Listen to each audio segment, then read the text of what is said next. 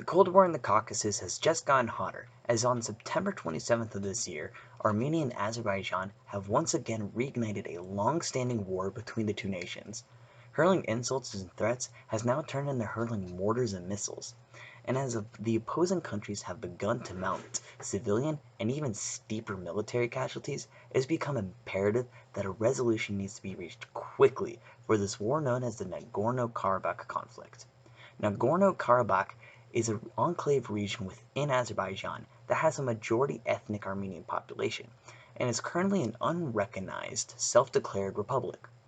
In the aftermath of the dissolution of the USSR, Armenia and Azerbaijan fought over this territory, with Armenia eventually occupying 14% of Azerbaijan and guaranteeing, but not recognizing, the republic's independence by the time of the 1994 ceasefire agreement.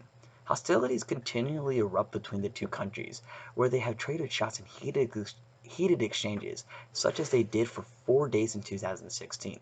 It is blatantly clear that intervention for the peace in the Caucasus is direly needed. Preventing needless loss of life, financial ruin, displacement of hundreds of thousands of people, and destruction of the beautiful rural landscape of Nagorno-Karabakh is all the more reason to prevent conflict in the Caucasus. Therefore, after consulting academic journals, constantly updated news sources, and prominent organization websites, I have determined that the United States of America should be the country to organize and lead a peace accord to resolve the conflict between Armenia and Azerbaijan. Given the current role of the U.S. within the conflict, the U.S.'s recent track record with negotiating international peace accords, and the U.S.'s interest in limiting Turkish and Russian power grabs within the Caucasus. Now, the U.S. government's involvement in the Organization for Security and Cooperation in Europe's Minsk group means that the U.S. is already implicated in finding a peaceful solution to the Azeri-Armeni conflict. According to the executive summary republished on March 24, 2011 on the OSCE's official website, the Minsk group spearheads the OSCE's efforts to find a peaceful solution to the Nagorno-Karabakh conflict. But in the 28 years that the U.S. has been a member of the Minsk group, there has been no peaceful solution to this conflict that has been established. Clearly evident by the recent increased fighting between the two countries, a ceasefire means nothing. Armenia and Azerbaijan are still at war. If you do not believe the U.S. is obliged to honor a moral obligation, then how about a legal one? The U.S. has not honored Statutes 1 through 5 of the mandate of the co-chairman of the Conference on Nagorno-Karabakh under the auspices of the OSCE, authored by the Hungarian OSCE chairmanship and published March 23, 1995.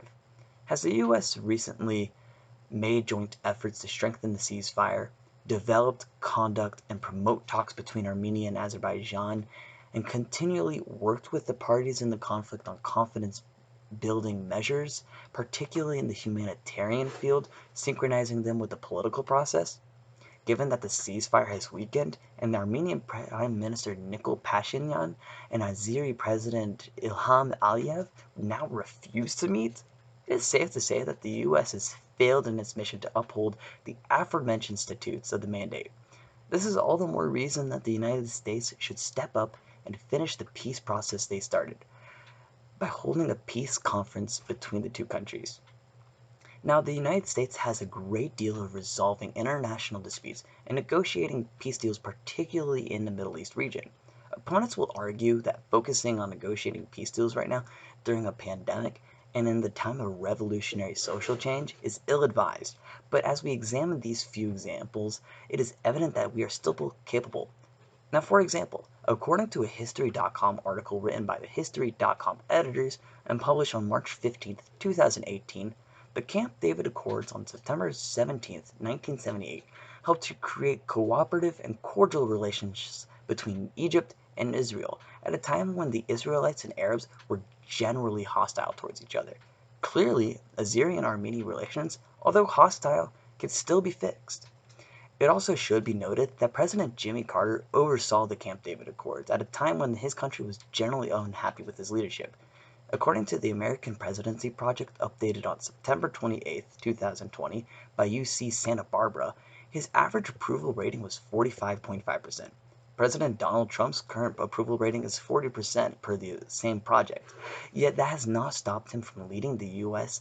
in successfully negotiating the Israel, UAE, and Bahrain normalization agreements on September 15th of this year. Per an article written by foreign relations expert Stephen Cook titled, "What's Behind the New Israel-UAE Peace Deal?" published on August 17, 2020 by the Council on Foreign Relations, this accord will have normalized business relations, tourism, direct flights, scientific cooperation, and in time, full diplomatic ties at the ambassadorial level. The further strengthening of Israeli-Arab relations is demonstrative of the United States' capability of fostering long-term peace-building efforts between nations and ethnic groups that were once hostile towards each other. An important aspect of resolving the Nagorno-Karabakh conflict is the United States' interest in preventing Turkey and Russia from overexerting power and causing disturbances within the Caucasus. They're currently pitting Armenia and Azerbaijan against each other in a proxy war, further fueling the pre-existing hostilities. In an article titled, "Why is Conflict Erupting Again Between Armenia and Azerbaijan?"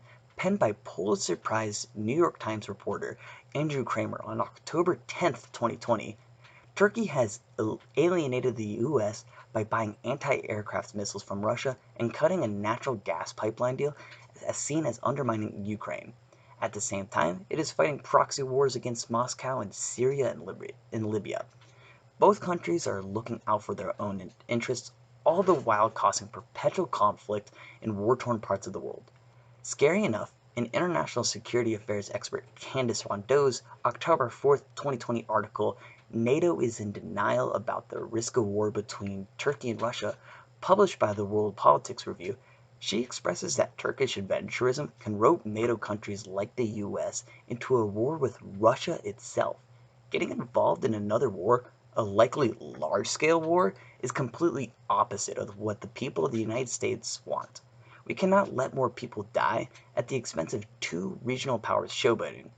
Now, this can all be avoided if the U.S. organizes and leads a peace accord to resolve the Nagorno-Karabakh conflict. And as we have examined the current role of the U.S. within the conflict, the U.S.'s recent track record with negotiating peace accords, and the U.S.'s interest in limiting Turkish and Russian power grabs within the Caucasus, we have all the more reason to do this. Do we really want to sit idly by and let lives be upended and destroyed? Or do we want to pursue a much-needed peace? Thank you for your time.